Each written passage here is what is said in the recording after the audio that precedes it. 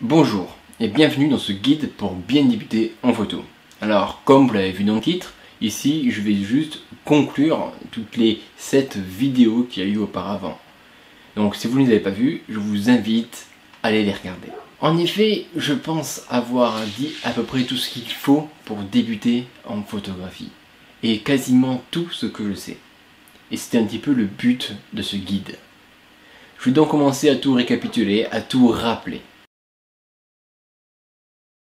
Dans un premier lieu, pour apprendre à prendre des photos, vous n'avez pas besoin d'appareil photo en soi. Votre téléphone suffit amplement. Prenez ce que vous avez sous la main. Ça vous permettra déjà de savoir si vous aimez réellement ça. Et ça vous permettra aussi de vous déplacer, de vous rapprocher, de vous éloigner de votre sujet. Ensuite, il faudra vous apprendre à cadrer, notamment en suivant les règles tiers, puis à recadrer, voire faire plus de post-production. Mais là, je vous renvoie aux 2 vidéos du cadrage et de la post-production. Puis, une fois ces bases acquises et que vous êtes aperçu que vous aimez réellement la photographie, alors vous pourrez vous acheter un appareil photo.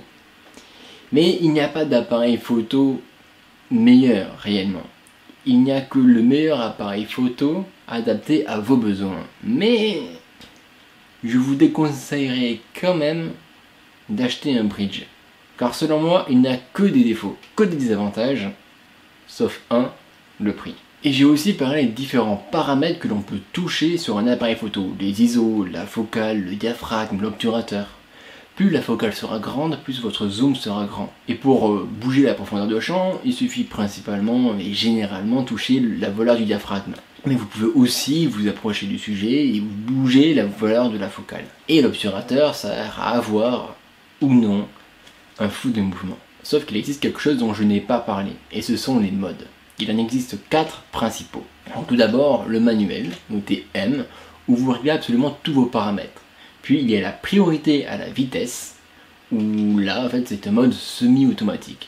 Vous réglez votre vitesse d'ouverture, et puis ensuite votre appareil photo fera en sorte que votre image soit bien exposée. Et c'est noté en général entre TV et S. Puis il y a la priorité à l'ouverture.